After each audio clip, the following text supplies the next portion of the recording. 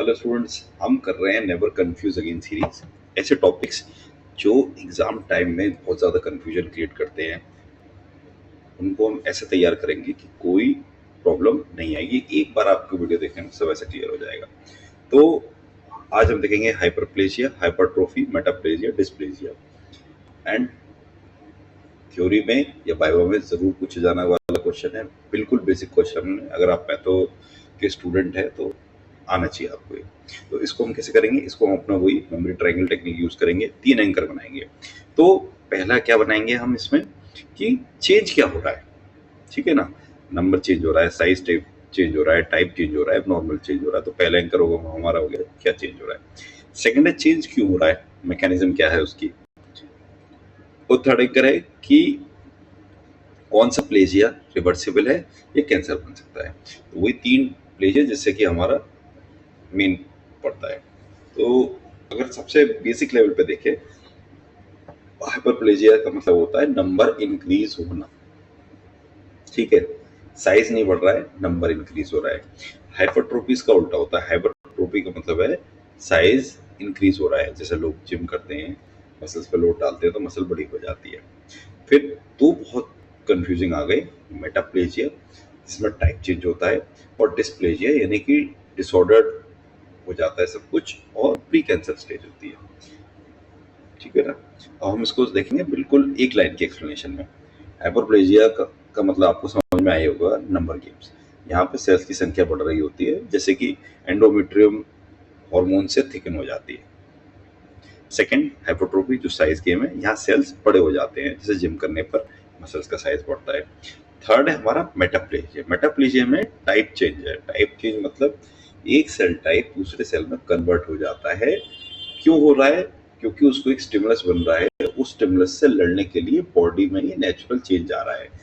जैसे क्या होता है कि बहुत सारे लोग जब स्मोकिंग करते हैं तो उनके अंदर कॉलोमर सेल्स स्क्वेमस सेल्स में कन्वर्ट हो जाते हैं। ये आपने फर्स्ट ईयर में पढ़ा होगा हिस्टोलॉजी में, कॉलोमर स्क्वेमस, ठीक है। और लास्ट हो गया डिस्प्लेजिया। डिस्प्लेजिया को आप डिसऑर्डर या डेंजर जोन से याद कर सकते हैं। यहाँ सेल्स एबनॉर्मल और डिसऑर्गेनाइज्ड हो जाते हैं।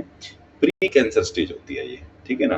यहाँ बॉडी को समझ में आ जाता है कि अब इम्प्रूवमेंट नहीं हो सकता, और उसी तरीके से जाती है। इसका सबसे इंपॉर्टेंट एग्जाम्पल होता है सर्वाइकल डिस्प्लेजिया।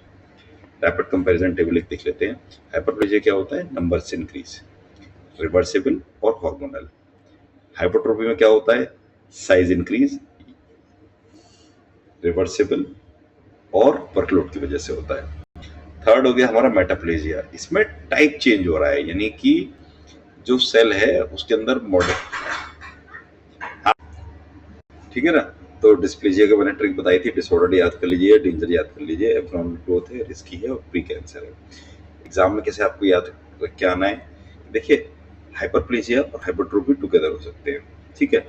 मेटाप्लेजिया रिवर्सिबल है लेकिन रिस्की होता है। डिस्प्लेजिया कार्सिनोमा का प्रीकर्सर होता है, ये चालू हो गया तो समझ लीजिए कि गड़बड़ हो चुकी है। और डिस्प्लेजिया मेनली सिर्फ एपिथेलियम में होता है, ठीक है ना। तो मेन आपको समझ में आ गया होगा। देखिए हाइपरट्रोफी, हाइपरप्लेजिया तो एक बार में क्लियर हो जाता है, थोड़ा टाइम लगता है मेटाप्लेजिया और डिस्प्लेजिया में।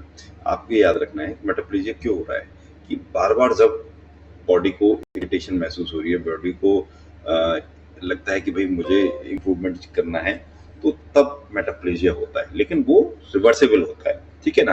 और यहाँ पे कैंसर लेवल का कोई इन्वॉल्व नहीं है, ये तो बॉडी बस चेंज कर रही है अपने आप को स्टिमुलस के हिसाब से। जैसे मान लीजिए स्मोकिंग में हमने देखा, डिस्प्लेजिया में गड़बड़ हो चुकी है, ठीक है ना। बॉडी को समझ में आ गया है, बॉडी के अंदर प्री कैंसर स्टेजेस सारी दिखनी चालू हो गई हैं, जिस भी रीजन में डिस्प्लेजिया हुआ। डिस्प्लेजिया का मतलब यही है कि वहां के जो सेल्स थे वो तो हट गए और नए एटिपिकल सेल्स आ गए जो वहां पे बिलोंग नहीं करते। ये सबसे बड़ा गिव अवे फैक्टर होता है, एटिपिकल सेल्स। तो आई थिंक हमने इसको ऐसा कर लिया है कि बहुत इजी तरीके से आप याद कर लेंगे। और वाइवा से पहले आप ऐसे बेसिक टॉपिक्स करके जाइएगा, क्योंकि वाइवा में एक्सटर्नल सबसे पहले बेसिक डाल के चेक करता है कि भाई इस स्टूडेंट को बेसिक चीजें आती भी है कि नहीं, फिर वो हायर पे जाता है, ठीक है ना। और अगर सीरीज पसंद आ रही हो तो like, share, subscribe. Thank you.